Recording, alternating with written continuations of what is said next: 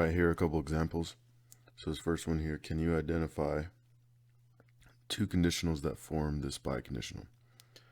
So here we have two numbers that are additive inverses if and only if their sum is 0, right? So basically we just look on either side of the if and only if. So we have this statement here, two numbers are additive inverses, so that's going to be our hypothesis and our conclusion, right, with our initial conditional and our converse, and then their sum is 0. And so one statement would say if two numbers are additive inverses, then their sum is 0, and the other one would say if two numbers have a sum of 0, then they are additive inverses. All right, so those would be the two conditionals that form that biconditional, right? All right, let's take a look at this second example here. Okay, so a good definition can be written as a biconditional. So the first part says, the first statement, it says which of these is a good definition. The first statement, dogs are animals with 4 paws. So basically we're saying if an animal is a dog, then it has 4 paws, right? Now we know that, that not all dogs have 4 paws. There are dogs that, for whatever reason, might only have 3 paws or so forth.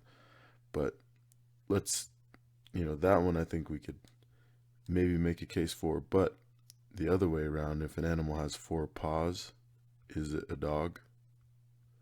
And that we can definitely find a counterexample, right?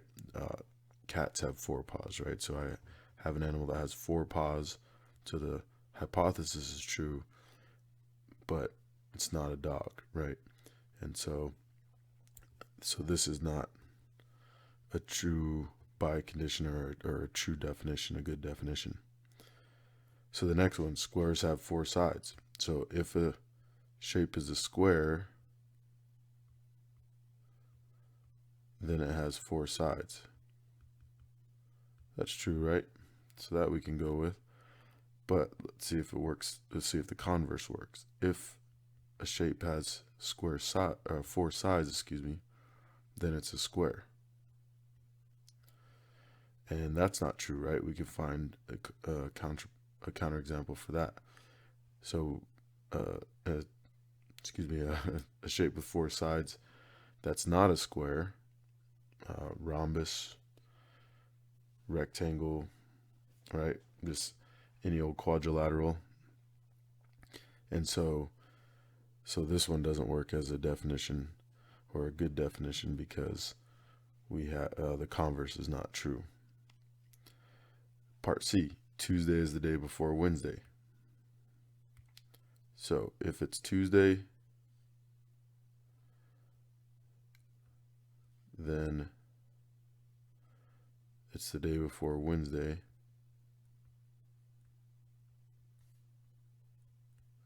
Right, that works. So let's see if the converse works. So if it's the day before Wednesday,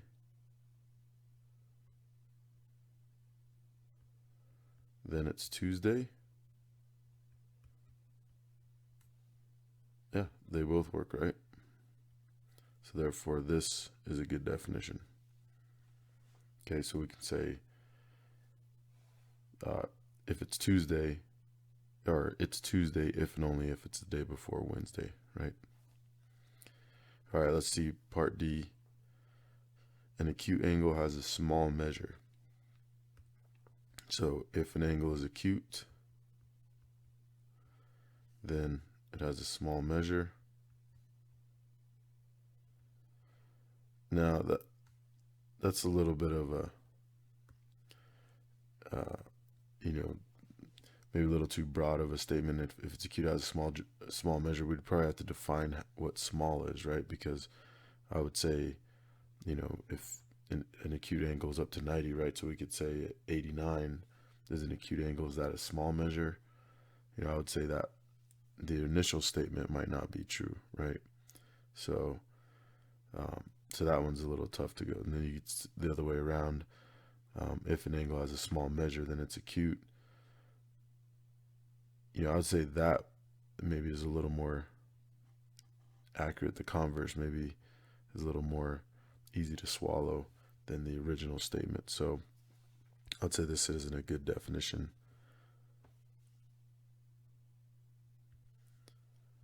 Mostly because the original statement, the original conditional is not true.